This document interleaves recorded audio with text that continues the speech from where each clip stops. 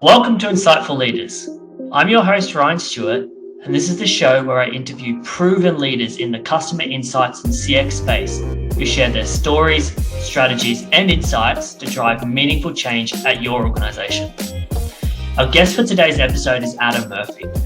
Adam has worked in the insights and research space for almost 25 years, where he's held a number of senior leadership roles at companies such as Nielsen, AB and Bev, and Carlton United Breweries. I'm excited to have Adam on the show. He's passionate about promoting a strong culture of curiosity, so much so that he's actually started his own consultancy called Curioso to help insights professionals rediscover the power of inquisitive thinking. Great to have you on the show, Adam. Oh, look, thank you very much for having me, Ryan. I love talking about insights with anybody who is as passionate about it as me. So looking forward to the chat. At the risk of asking the question that I'm sure every single person now asks you the first time they meet you, given the name of your consultancy, what does curiosity mean to you? Indeed, it is a question that I get relatively frequently these days, but one I love talking about. So I'm glad to answer it for you because I have thought about it quite a bit. Probably have a fairly structured answer to it, but curiosity for me, first and foremost, it's my source of energy. It's what drew me in and has kept me in insights for over 20 years. It's something that is kind of within me that I've then been able to build on and build a career on. But I guess for everybody, what is curiosity? The way I look at it, it's really the unwavering pursuit of greater understanding, discovery, and what I call novel thinking. So for me, the important parts of that is curiosity is unwavering. You need, it's not something you kind of just switch on and switch off, or you can do a little bit of. It's something you've got to like, it's a pursuit that you just keep following. And it's really got to, it's the end purpose is not curiosity unto itself, but it's the understanding and discovery, which in the commercial sense leads to opportunity. And that's kind of been my ethos as I've built it over my career that led me to starting Curioso is to help others to build a culture of curiosity, because curiosity leads to understanding, which ultimately reveals opportunity. And that's where curiosity becomes a source of competitive advantage. Yeah, interesting. I've not heard that spin of the commercial aspect at the end leading to opportunity, but it makes absolute sense to me, because particularly as a business, someone that runs a business myself, if you're not solving problems for people, or if you're not providing value to other people, then you probably don't have a terribly strong business, right? Yeah, exactly. And that's ultimately the trick, or one of the things that you learn, or I've learned over my insights career, is that there are times when I'm still in full curiosity mode. I'm still asking questions, but in a commercial context, you obviously are working with people who at some point are looking for the answer, and you've got to be able to drive towards that at some point in time. And I think that's why I kind of built this mental model that separates when are we in curious mode, when are we trying to consolidate the understanding, and then it's from there that you can start to leap off to opportunity. The thing is, it's a craft, curiosity. It's not a trait. I think some people think it's a trait. There are curious people and not curious people. I think it's probably true that everyone has a baseline, and there's probably people that start with a higher baseline and others that don't. But I think everybody can grow on whatever level of innate curiosity you have through really conscious practice and treating it like any other skill that in the workplace we would practice, read about, learn about, do training, and develop that skill. As soon as you say mental model, you're speaking very truly to something I believe very strongly in. But unfortunately, I think that's a whole nother episode, so we'll leave that alone for the time being. Another day. I did take the time to consume some of your content before doing this episode with you, and one of the things that I've seen you talk about, in particular in relation to insights teams, is needing to be more inquisitive when it comes to, assuming that role of a detective to really understand the customer journey. Yeah. Do you think one area of insights that is sort of fallen off the rails and is in a race to answer at any cost rather than focusing on the race to the right answer? Is it more of a kind of race to the bottom to produce any answer or any insights versus the right answer? Yeah, I think you're right, and I would say that is a behaviour that lets some insights teams and agencies as well down. With the pressure of business, clients with tight timelines, people asking questions they want answered yesterday, it is really easy to jump at the first answer or to jump at any answer that's available. But if we're not thinking critically enough about, is that the right answer? And we stop that search too early, I think you generally see that it gets found out later, right? So I think there's a false economy in jumping at that first answer sometimes. And you use the detective analogy, and if I kind of extend that one, if you think about the detective that picks up the first piece of evidence, jumps to a quick conclusion about who committed the crime, they might find themselves in trouble later when it gets thrown out under interrogation in court, right? Or, you know, the judge doesn't find that piece of evidence compelling, or the jury doesn't buy it. So our interrogation in that sense is the end client, the end user, that we're going to be going back to, the person who had the question. If we go back to them with a soft story, they're going to ask the hard questions. And I think that, as I said before, you don't want to be asking questions forever, but the aim of the curious researcher is still to drive decisions and answer questions. So you need to think and keep asking questions until you know. And one of the things I do is always ask myself, what are the cracks in my theory? What are those holes that are going to show up under interrogation? And a great piece of advice that one of my mentors gave me at one point was, ask yourself the tough questions that you know you're going to be asked later. Because then you have time. Ask yourself when you have time to think about it, when you're not on the spot. And so I think that that's probably the key thing, is that with time pressure, maybe we don't do that, or I see people not doing that enough. But the question always comes, right? It's in the presentation to your boss or to the CEO or to the, when you're standing up on a stage somewhere and someone asks the hairy question from the audience. So that normally comes because we've leapt to the first and easy answer. And have you ever seen instances in times when the CEO or someone else in the business has asked that question? I imagine it's perfectly okay, or at least perhaps even preferable, to say, I've thought about this, or I don't know, or I've thought about this and we can't reach a conclusion, rather than being caught in that trying to think on the spot to come up with an answer. Yeah, precisely, right? Like I think if you haven't thought about it, the best answer in that situation, as scary as it seems for many people, is to say, that's a fantastic question that I don't have the answer to right now, but I'm going to go and quickly reinterrogate all of the data and the information that we have, or go and ask some new questions, because I like what you've done. Because curiosity is not an individual pursuit, right? So that's something that you should be doing along the way, is asking other people what questions they have. That's where insights teams are great, because hopefully if you've got a diverse team, that you'll be working on a particular problem and someone else will ask a question that you just think is so left field, but ends up being the thing that helps you unlock the problem. But I think you're way better off saying, I don't have the answer. In the situation, though, as I was saying, if you have thought ahead and asked yourself the tough question, it does put you in a really good position to be able to say, hey, look, I've thought about this.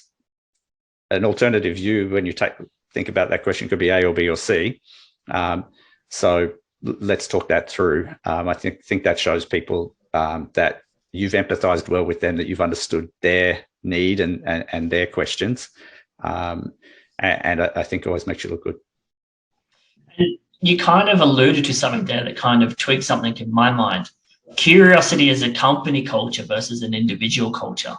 I guess that probably has a lot to do with how much permission an individual researcher and insights person feels like they have to take the time to wear that detective hat.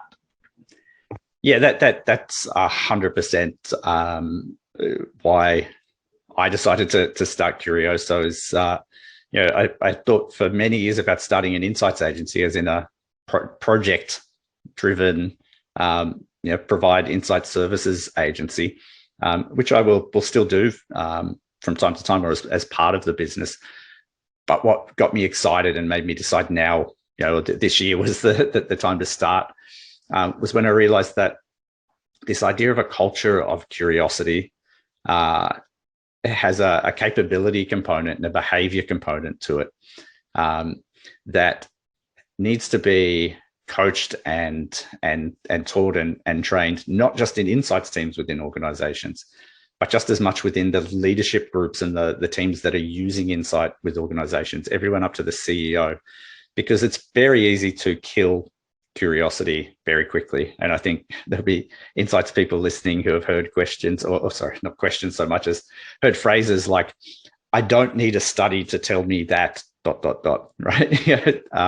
Which is basically somebody saying, I've got the world figured out. I know there are no answers out there. There's no angle on this that I haven't considered. And that's obviously the antithesis of curiosity, is saying that and so curiosity does have to be a company culture. When I talk about the culture of curiosity, it's about building that within organizations, not teaching individuals to be the champion of curiosity within their company, or to be a lone wolf being curious within their company. You really have to breed that overall culture where you give people the room, you give people the time, and then help them develop the skills to be able to take a truly curious pursuit and angle on any given business problem.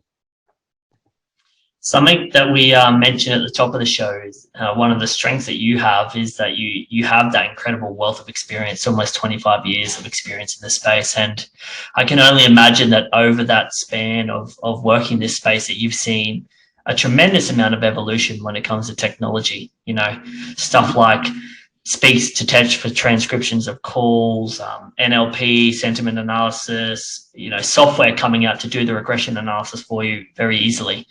All I imagine you would have seen rolled out over your time. What are some of the biggest changes you've witnessed in the technology landscape over your time, and how can insights and research teams today take advantage of these new technologies?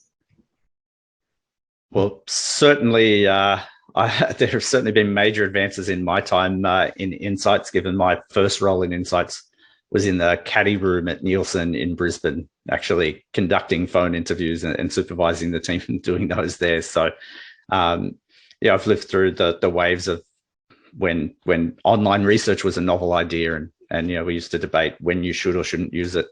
But if I fast forward more to today, there's no point reliving the 90s and the early 2000s. But if we fast forward to today, and when I think about modern res tech or research technology platforms, I can think of two really important things they've done for me. So there's probably one bucket of tools that I would say have democratized the access and the use of many forms of data. So if you think of platforms like Tableau, Power BI, Q, and of course Capiche, these have made things quicker and, importantly, I think people talk about easier, but I think less intimidating for a bigger pool of users to get close to the data, to actually spend some time trying to answer different questions. It's very different to dashboard tools, which just allowed people to essentially kind of peruse pre-prepared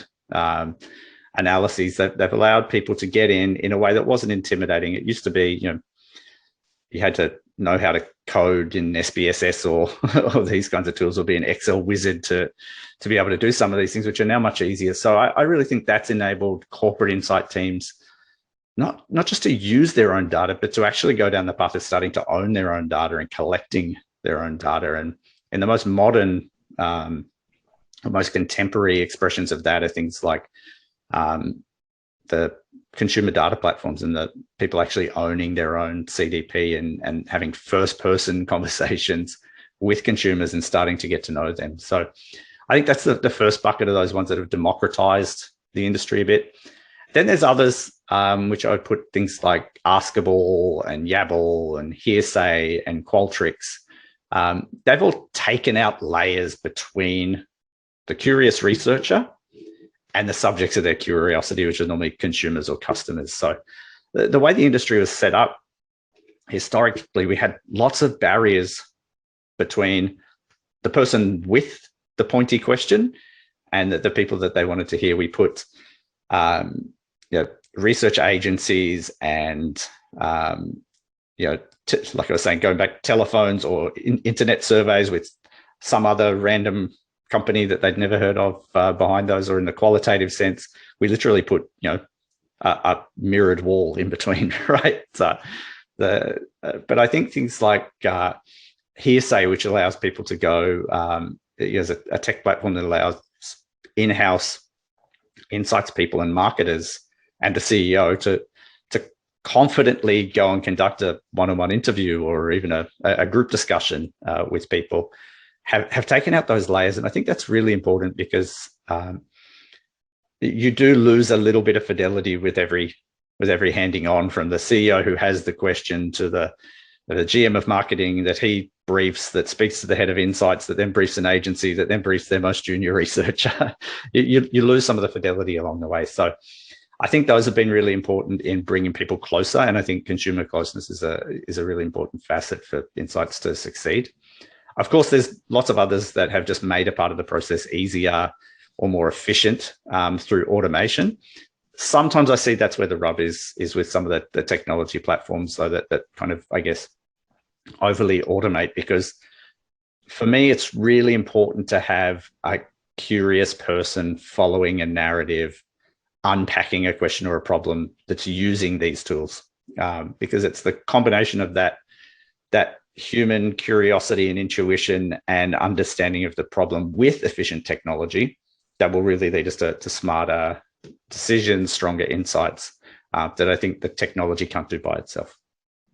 And to kind of pull on that thread a little harder, do you think it's an accurate reflection to say then, I guess an accurate categorization of your opinion on this, that the technology is actually allowing it or making it easier for people to be curious and to fulfill that curiousness and wear that detective hat? For sure, right. And that's true in all parts of the world, I think, like just outside of insights and business. It's true that we have much more access to ways to fulfill our curiosity. Now, I remember being a kid and my parents had bought the Encyclopedia Britannica, like everyone's parents in those days. The guy came around and sold you, and this is going to help your kids through school. Now, when I had a question about things, all I had was that like 2-paragraph entry about that topic in that book that I could go to, and I could read that, or else I had to bug my parents to go to a library, or that's the only way you could do it. Now my kids go, "Hey, that's interesting. Why does the Leaning Tower of Pisa lean?" was a question my son asked a little while ago. And he just walked over to the Home Hub and said, "Hey, Google, why does the Leaning Tower of Pisa lean?" And then he spent 15 or 20 minutes there learning stuff about who made it, why it leans, what they've done to stop it falling over, and all these kinds of things. And I think that's what the technology does for us in the insight space as well, is it gives us a path that when you are curious, you can quickly keep following the breadcrumbs. You don't get stuck after one question where you go, well, the only source of data that we have to answer that question is a survey we did in 2014 with one question from that, and now I'm stuck. There's other places you can go. This way. Hang on, is there something in sales data that can help me here? Is there something in behavioral data, shopper card data from one of our partners?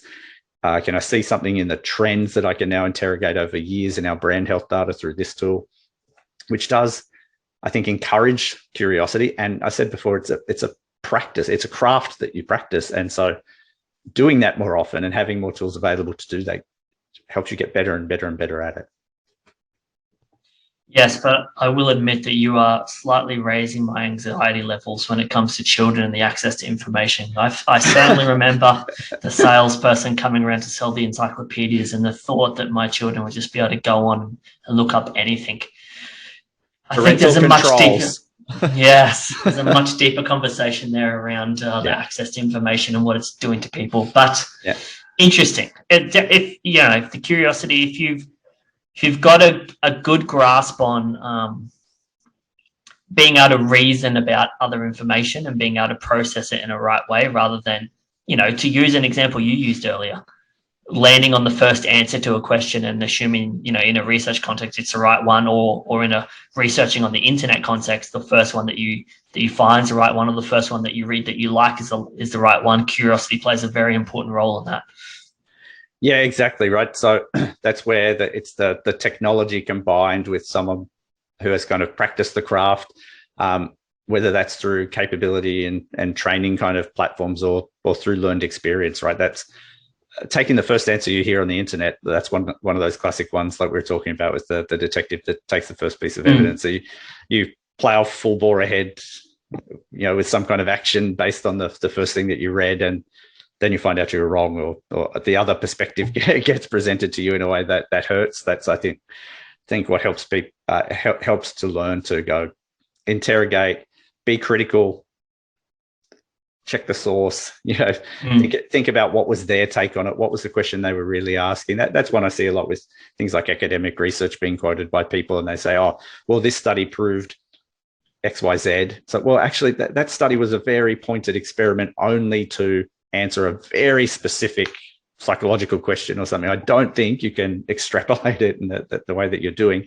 But if you found 7 or 8 studies, you know, that all seem to be pointing the same direction, okay, maybe now we've got something. And I think the strategy you outlined before earlier is key here as well. Try and poke holes in it yourself. Imagine that you're someone else, that you're presenting this information to someone else that you found, and they're trying to poke holes in it. What questions would they ask? What holes would they try to poke in it? And answer those questions. And if you can find good answers to them, then perhaps you've got a reliable source of some good information. Yeah, exactly. And as much as understanding the sources, perhaps you're on the right track, right? So it's not always about validating the sources, but understanding, am I on the right track here? If there's a lot of signs pointing this direction, maybe there's something here. And if I've thought about what happens if I make a misstep here and I can't find anything, maybe I am on the right track. Maybe there's something there, which I think is part of that journey of curiosity. Well, before we step too much further down the dangerous track of discussing society and information, let's change directions a little bit. Sure. What would your best advice be to a leader of an insights department that's facing resistance to having their insights actioned by an organization? Is there a secret to ensuring hard work doesn't get put into a dark corner and ignored?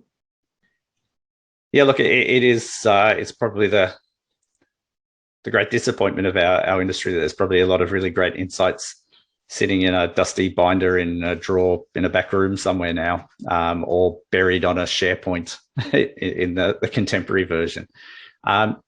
Look, I think it's a very real scenario for insights leaders. And I formed and talk a lot with a group that we formed here of internal insights leaders in kind of corporate settings in Melbourne. And look, I think like any relationship, the first thing to do is you need to own your half of that relationship, right? So if as an insight leader, I feel that I'm not having the impact that I think I should, I would first start by thinking, am I empathizing and understanding with the internal clients that I have and what their drivers and their needs are? Do I know what pushes their buttons, what they're trying to achieve, why they're asking the questions that they're asking? If I'm not doing a good job of that, I'm probably not going to fulfill their needs on the back end, and that's probably why I'll keep being kept at more of an arm's distance. I think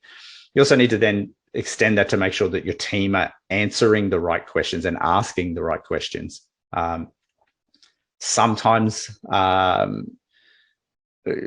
even internal teams rather can suffer from a problem. I see with agencies now that I've spent a decade or more on the client side, in terms of there's that old saying that if you give a man a hammer, every problem looks like a nail, right? And sometimes I think we hear someone asking a question and we're, rather than actively listening and then thinking about how would I answer that question. We're quickly thinking which solution solves this. So they're asking a question. We decide I should be able to answer this from our brand tracking, and we're already off on the wrong path at that point in time, because it's not really the question that they had. So you do need to be outcome focused, but not at the moment that you're taking the brief, right? I think that's where you have to be really crystal clear that you're understanding their outcome, not thinking about your outcome or your deliverable yet.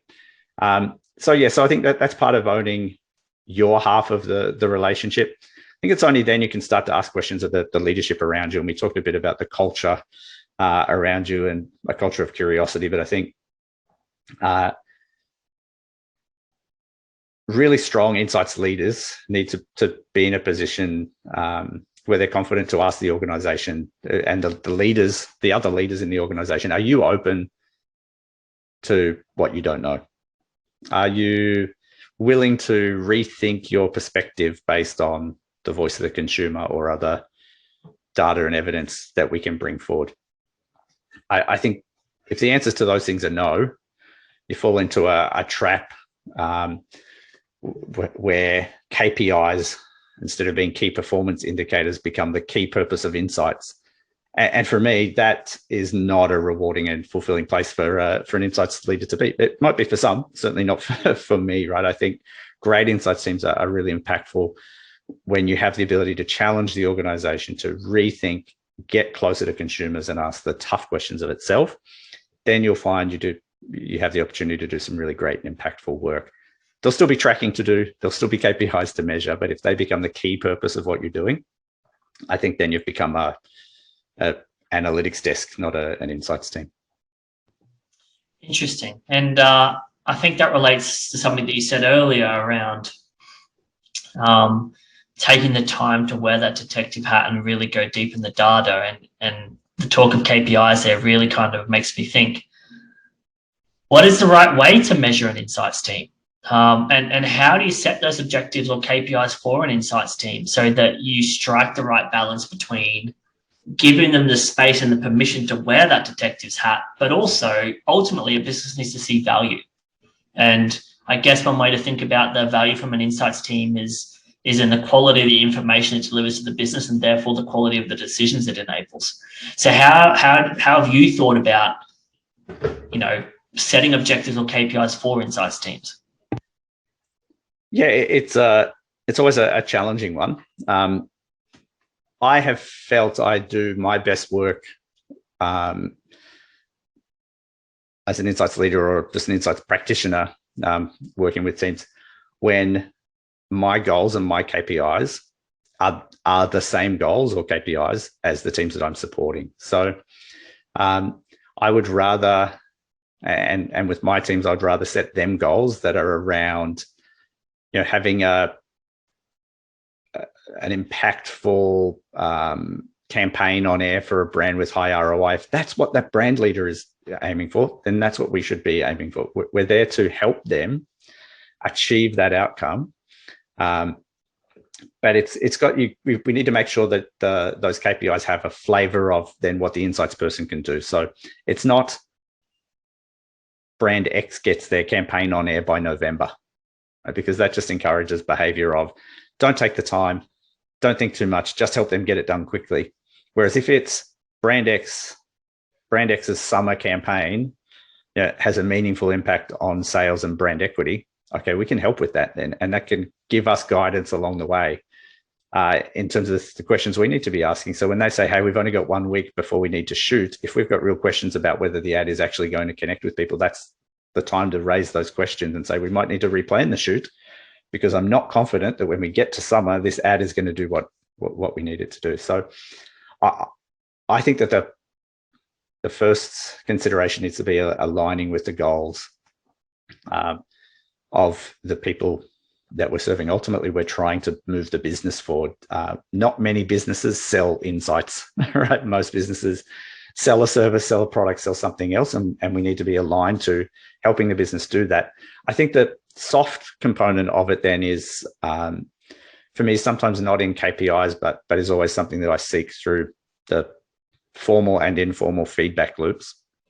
It's just understanding how we have impacted the decisions that are being made by both talking to the people making the decisions and saying, have we been helping? Have we been making decisions easier? Have we been making the decisions smarter for you? Or are we making them more confusing? Are we bring perspectives that are actually making it harder to make the decisions? But I wouldn't often have seen those as kind of personal goals or KPIs for team members, but that's how, as a team, I think we often measure the impact that we're having. And you see that informally just through the volume of questions that are coming to your team. Are people pulling the insights team into every meeting because they think you help move their work forward, or are they keeping you at an arm's distance because they think you're just there for KPIs, and worst case scenario, they think, hey, you're just here to measure me and you might tell me my ad is shit, and so I don't want you in this conversation. So when I felt really at the top of my game is when brand directors or heads of brands won't even start the meeting without the insights person in the room, because they know this is making us do better work. Yeah, interesting. At the risk of getting into the controversial, although perhaps it isn't controversial, I guess we'll find out. You started life on the agency side, you jumped the fence and went internal, and you're about to jump back over the fence, I guess, and go back into agency life in a way. So I feel like you're probably well placed to kind of give some insight into this. What do you think the pros and cons are of an in-house insights team? Yeah, it's a really good question, and one I've actually been talking with some folks about as I think about the content and the kind of capability programs that were developed with Curioso. There's probably the agency perspective and the client side perspective on this, but ultimately I would say you always need to have somebody who is very close, as we've been talking about, has strong relationships with the people who are actually making the decisions, who knows those people well, understands their drivers, their motivations, their KPIs, what success looks like for them at a deep level. And I think that ultimately has to be or works best when it's somebody in-house. It can be a very strong agency partnership. I wouldn't discount that, but it has to be a kind of a very long-standing partnership with very, very much shared outcomes. I think that's where in-house teams come to the fore. They have the perspective of all of the business's questions, all of the business's challenges, all of the projects that are going on, and the ability to connect the dots between all of those things and bring new insight to turn the corner and look in a different place is really important. I think the role of agencies has probably started to shift over time as more investment has been put into in-house teams and expertise. I think agencies obviously on the first hand help with people power, right? In terms of when the going gets tough and you need more people thinking about things. But that doesn't add so much value, right? And that probably doesn't lead to long relationships. But I think the role of agencies can be to bring a different perspective, an outside perspective on some of the problems, which is the trap sometimes when you're an internal researcher. You are in the business a lot. I know, working for AB InBev and CUB for over 10 years, I think way more about beer than people who are consuming beer think about beer, right? And sometimes it's the agency partners that can say, I think you're overthinking this. I think we've taken this too far. So I think that there's a role there that great agencies can play. But the limitation is always then that depth of understanding about the business, which can only really be built in an agency setting where you have a many-year deep relationship with a company. So I do think both will continue to exist. I just think that the role of agencies will move more to those big, disruptive, strategic projects, as in-house agency teams now have more tools like the ones that we've been talking about to answer the little questions. And is part of that tooling, of course, is enabling internal insights teams, but is part of it as well the kind of acknowledgement of businesses that understanding customers, understanding experiences, understanding journeys is now integral to the competitive landscape and to succeeding and to growing and to meeting, market expectations on growth, et cetera, et cetera. For sure. And I think one of the things that's changed over the last 25 years is that the understanding that things like customer journeys and consumer journeys and consumers' experience of any given segment or category changes really rapidly, evolves really rapidly, gets new layers every week and month and and year. So it has had to become a focus that happens more as part of the machine, as part of the routine, rather, of an insights team, to be looking at things like consumer journeys and evaluating them and rethinking them as new competitors, new channels, new ways of solving the problem come up. At a point in time, that was really the bread and butter of consulting firms and agencies, because things like a path to purchase or these kinds of things were seen as this big static thing that maybe changes over a 5 to 10 year horizon. Now they change so quickly that it's become an increasing part of our job to be seeing them, be understanding them, reacting to them, remapping our view of the world. And that's why I talk as part of curiosity is that willingness to rethink your perspective based on the voice of the consumer and a new piece of insight, which internal teams, I think, have the ability to, as I said, because of the visibility of all the things that are going on, to make that call more quickly, to say, hang on, now that we're seeing this change over in our comms tracking over here, and I've seen a change in the way we're planning media over here. When I put those two things together, maybe there's something new that we need to be thinking about here, which is hard for an agency to see the need. Of course, agencies might be the right way to answer that need sometime. But I think that becomes the role of the in-house team, is to be the one raising the flags and kind of then having to prioritize which questions we're going to answer. Yeah, interesting. Isn't it interesting how things change over time? I haven't seen that Encyclopedia Britannica salesman in such a long time either. No. Yeah, I think he's gone. I wonder, I don't even know, is there an Encyclopedia Britannica online? I've never gone to encyclopediabritannica.com. Guess Wikipedia has put them out of business. Yeah, crazy. All right, that's really interesting. Thank you. I want to move on to our rapid fire question round, if you don't mind. And absolutely, I'm going to ask you 5 rapid fire questions about customer insights and research and about yourself. Okay. Are you ready? I'll steel myself. I'm ready. Let's go. Okay, nice and simple one to start with. What's the best piece of customer insights or research advice that you've ever received? If that's a simple one, I'm in trouble. I mentioned one of them before about once you think you know, keep asking questions until you know you know. So probably already used that one.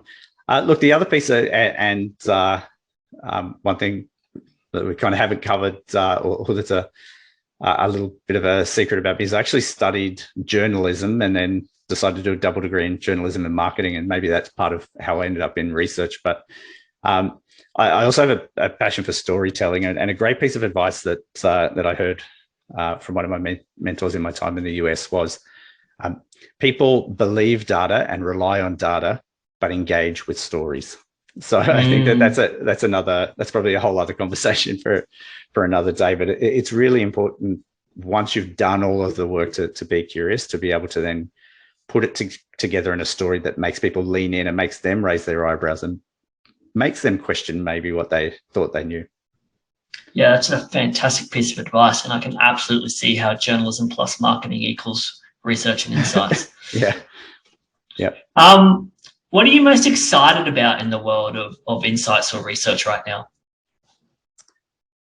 Look, I think we've touched on the ability of the technologies that are coming through, and there's new ones all the time that I learn about.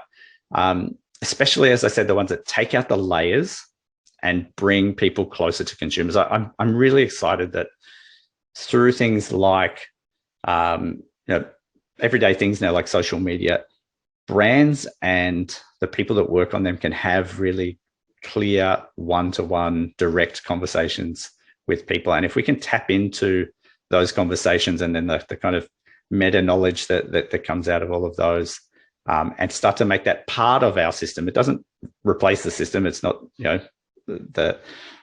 the complete replacement of everything we've done before. But if we start to integrate that with the ways that we've learned to talk about people historically and learn to understand people historically, I think we can really make better products, improve the experiences for people, and remove a little bit of the friction that exists in the world. What book would you recommend to our audience that they read, and why? Oh, I have a fairly extensive library there, so I may rely on recency bias a little bit here, but I did just finish reading Adam Grant's new book, Rethink, and it's a really great. He has a way of writing that there's a lot that's in there that makes a lot of sense that we all know that we should do, but gives a few practical ways that you can make sure that you are challenging your own knowledge over time by having things like challenge networks, and gives a lot of tools as well for the conversation we were having before about helping others around you to be open to curiosity. So pick that one up. What's interesting? Sorry. I just called it Rethink. It's called Think Again. Right. Yes. Got it. Yep. Don't worry. We'll put the right title and the right link in the show notes so people know how to find it. Apologies to Adam Grant. What's interesting little fun fact about you that most people wouldn't know? Oh, okay. This one's always an interesting question. I already just gave away that I actually studied journalism but before ending up in research. A fun fact would be I am you can see on the wall behind me, there's a Hawthorne image. There's a few of those around my house. I'm a massive Hawthorne fan. I actually won a nationwide poetry competition to travel to an away game with the team back in 2005 or something like that. Had to write a poem about Hawthorne. So I'm a bit of a closet poet, I guess. For everyone that isn't from Australia, Hawthorn play a sport that is only played in Australia. I guess you could probably think about it like gridiron or NFL. Yeah. Great sport, though. Tremendous athletes. It is. It borders on religion in my house. Yeah. I mean, not to get off track, but I think AFL is probably, of all of the football codes we have in Australia, all the rugby codes, is probably the one that takes the highest amount of athleticism and the highest amount of bravery. Yeah, definitely take a look if you don't know what we're talking about. Yeah. All right. And last question. This one is really simple, I promise. If folks want to get in touch with you, what's the best way for them to do it? Yeah, sure. Look, LinkedIn is fantastic. I think that's always an easy way to get in touch with me, or you can land on Curioso's page and see some of the content we've started to build as I build the company up. Or you can email me. It's simply adam@curioso.ltd. Great, and we'll put links to all of those things in the show notes. Adam, thank you for joining us today on the show. I've actually learned a lot, so that's always a good sign. I'm hoped you've had a good time as well, and thank you for imparting some of that 25 years of experience onto our audience. Oh, it's been fantastic to chat with you. I love talking about these topics, and happy to answer any questions people have as follow-ups, and look forward to maybe another topic another day, being able to catch up again.